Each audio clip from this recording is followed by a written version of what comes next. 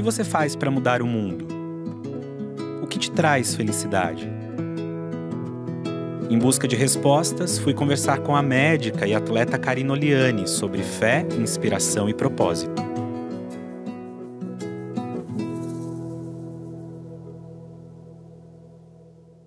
Recentemente eu tenho conversado com algumas pessoas que falam sobre as suas experiências de mudar o mundo. E o princípio delas é: seja você a mudança que você quer ver nas pessoas, na humanidade. E você faz isso através do Instituto Dharma. Como é que essa ideia nasceu e como você materializa isso? Foi um convite, uma pessoa que eu não conhecia. Eu acho que o universo deu uma confabulada ali. Uma amiga em comum apresentou a gente. A gente se encontrou num café da vida e ele falou assim: olha, eu sei que você acabou de voltar, né? Você estava lá ajudando as pessoas no terremoto que teve no Nepal em 2015 e eu também quero ajudar. Você foi para lá como médica, eu sou fotógrafa.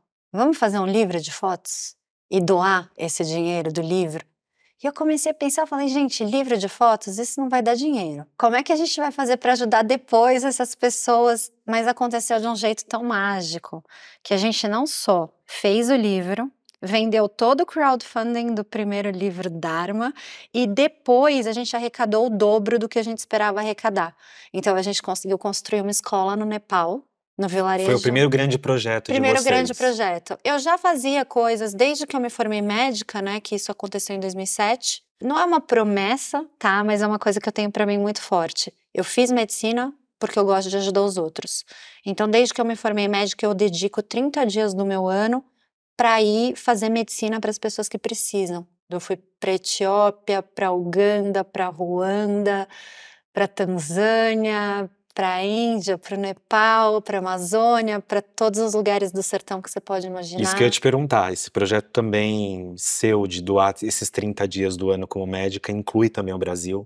Inclui o Brasil, claro, demais, começou no Brasil. Quando eu estava na faculdade, tinha uma favela, uma comunidade ali muito próxima da faculdade, e eu dei ideia para um professor meu que eu queria ir atender lá. E isso depois virou um projeto, um programa dentro da faculdade. Os alunos até hoje da faculdade de medicina que eu fiz vão lá atender essas pessoas. Porque é diferente você receber um paciente, ele senta na tua frente, aí você começa a dar o dedinho ali. Você tem que viver numa casa arejada, você tem asma, porque tem muito pó, tem muito ácaro, você tem que comer bem, você não tá fazendo isso. Só que quando você entra na casa dele, muda. Você entende o porquê que é. Não é opção. É uma o que ele tem, né, é uma condição, né? E claro, você indo na casa dele, você consegue ver maneiras de melhorar isso. Aí a gente faz a medicina mais humana, a gente faz a medicina de um jeito mais justo, mais humanitário, como ela tem que ser feita. Você tem muitas atividades, além de médica, além de ser essa pessoa incrível, e você enfrenta muito grandes perigos. Perigos que muita gente recua. Por exemplo, você já escalou o K2, que é uma das montanhas mais perigosas do mundo. O que te motiva a enfrentar esse perigo? Eu sinto que quando a gente está dentro da nossa zona de conforto, é muito difícil a gente se compadecer ou a gente ter empatia pelo sofrimento do outro. Eu tive uma vida muito privilegiada desde pequena. Às vezes até chega a incomodar, porque nunca falta nada. E eu falo, gente, o mundo não é assim, né? O nosso mundo é assim, mas o nosso mundo é 1% da humanidade. E às vezes quando a gente se coloca numa situações mais extremas, que a gente sente frio, a gente sente fome, a gente sente um peso nas costas, a gente consegue ter mais compaixão pelos outros e ver o sofrimento dos outros com um olhar mais humano.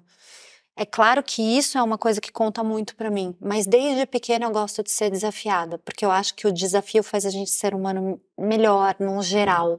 Não só nesse sentido de compaixão, mas de força, de resiliência. Não tem como a gente ficar mais forte se a gente ficar sentada no sofá, né? Assistindo Curtindo TV, só a vida ou privilegiada que a gente curtindo só tem, os né? restaurantes ótimos da cidade. Não tem como a gente saber a nossa força nessas situações. E o que te move internamente também é quando você sabe que essas suas atitudes inspiram pessoas. Puxa, a gente nunca faz pra isso, mas quando a gente vê que os outros estão fazendo bem e estão indo junto pro sertão, pra África, pra onde for, e estão pondo a mão na massa e falando, não, eu tô contigo, ou então tá fazendo alguma coisa, mesmo que remotamente, é um orgulho, mas é uma alegria, porque essa é a alegria real, né? Eu não sei se você já percebeu o quanto que a alegria ela é mais honesta e mais autêntica quando a gente dá, Total. do que quando a gente recebe. E muitas vezes mais autêntica até do que a felicidade que a gente julga ser felicidade. O que existe é a alegria. Exato. A É uma alegria alegria pura, genuína. né? E é aquela alegria só por dar.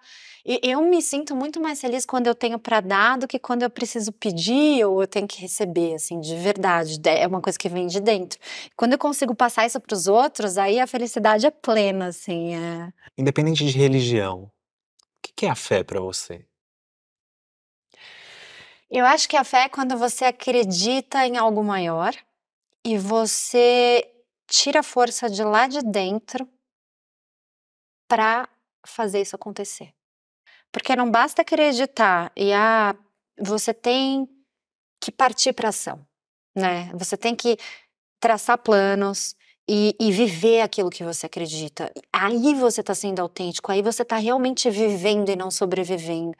Porque eu acho que quando você tem um monte de crenças e de sonhos e de não sei o quê, mas aquilo é tudo no plano das ideias, Fica muito subjetivo, tudo muito né? subjetivo, isso não é vida. A vida, a gente está aqui numa forma material agora, justamente para a gente pôr a mão na massa.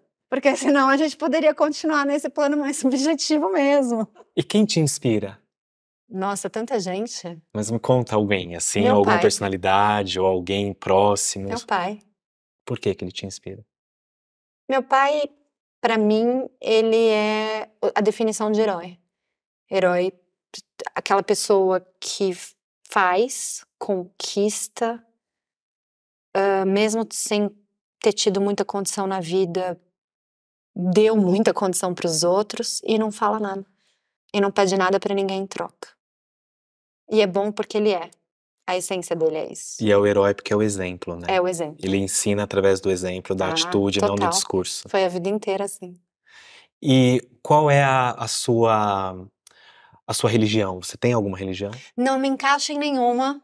Eu tenho a minha espiritualidade, tenho o que eu acredito, mas eu não consegui me encaixar em uma específica e falar, eu acredito em tudo isso dentro dessa daqui. Eu viajo muito, né? Eu fui para mais de 100 países entre expedições médicas e o trabalho voluntário e a produtora e o trabalho na TV.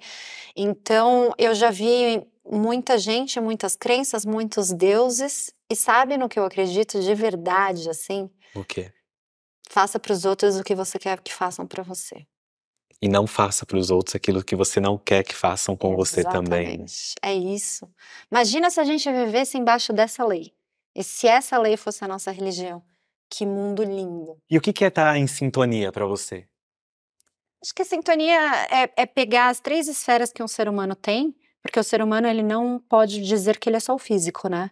Seria muito limitado. O ser humano ele tem a mente, ele tem a psique, ele tem a alma, e você pegar as esferas do ser humano e deixar tudo alinhado. Ou seja, o que o seu físico está fazendo é o que a sua mente acredita, é o que a sua alma quer, é o objetivo da sua existência. Isso é estar alinhado. E você acredita em felicidade?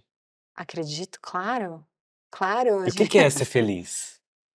Olha, é o que eu tô te falando. Para mim, uma das maneiras mais fáceis de alcançar essa coisa que todo mundo busca, todo mundo, assim, todos os seres vivos, Sim. né? Não só os seres humanos, é você estar alinhado com a sua missão. Então, assim, O seu propósito. com o seu propósito, com o que você acredita.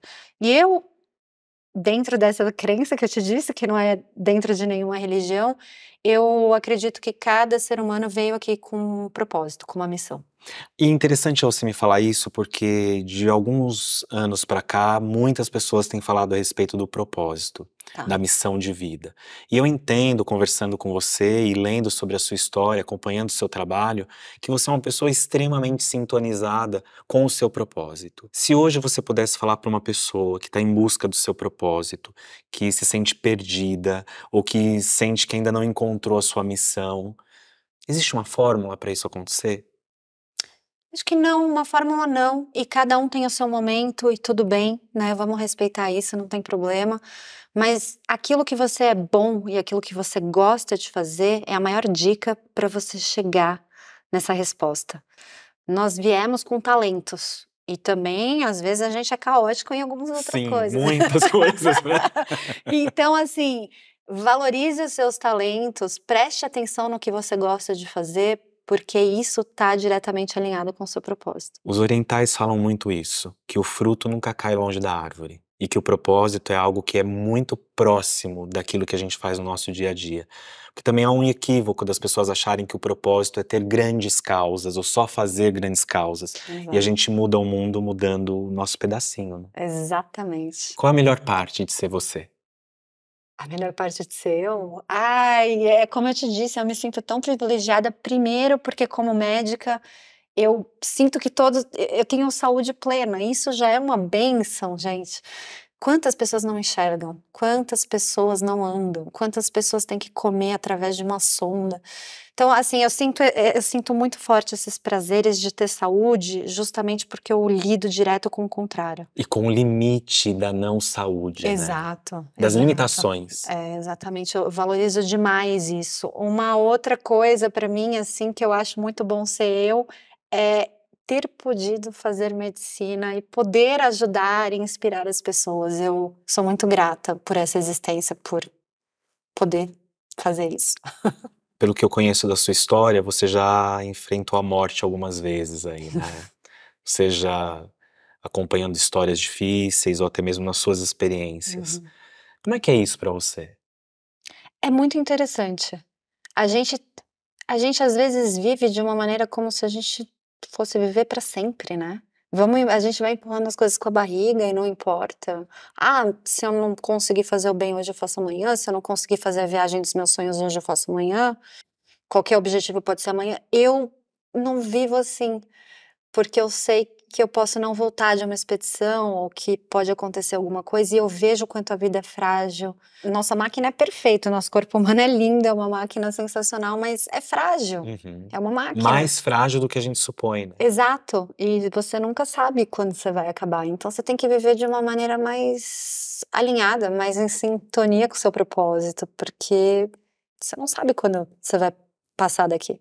E como você lida com esse contraste de viver muito em contato com a natureza, pertencendo a isso, e depois voltando para São Paulo, que é uma cidade onde tudo acontece de bom, mas também existe o caos da cidade. Eu tento aproveitar o melhor do que cada coisa pode me oferecer. Aqui eu tenho alguns confortos e algumas coisas que agora, né, nós somos matéria, não dá para abrir mão disso, é muito gostoso. Você girar uma torneirinha e cair água quente, você simplesmente tomar um banho maravilhoso, Uma comida assim, quentinha. uma comida incrível, uma água limpa, fresca. Então eu dou muito valor para tudo isso e tento não olhar para o trânsito, não olhar para o caos, não olhar para a correria. Eu sinto que a felicidade é uma coisa tão intrínseca que vem tão de dentro que eu não acredito naquelas pessoas que falam assim: "Eu só sou feliz no mar". Ou eu só sou feliz Em São tendo tal Paulo, coisa, ou eu só sou feliz nos hotéis 5 estrelas. Isso não é felicidade de verdade. Quando a pessoa fala isso, eu falo: "Puxa, que pena, ainda não conheceu a felicidade verdadeira". Porque a felicidade, ela é um estado, né, e você é ou não feliz. Em alguns momentos, esse estado ele é alterado e isso é claro. fisiológico, não é Uhum. normal uma pessoa que tá sempre muito, mas, essa felicidade verdadeira que a gente falou, De como ser, de ser, e não de ela é ter. exato, exato, pra onde você vai, ela tá com você, independente do lugar. A gente sempre pede para os nossos convidados uma citação, uma frase, um pensamento. Queria que você encerrasse esse nosso bate-papo com uma frase ou uma citação importante para você. Que tal a gente usar então a do Instituto Dharma que eu e o André escolhemos? Seja você a mudança que você quer para o mundo.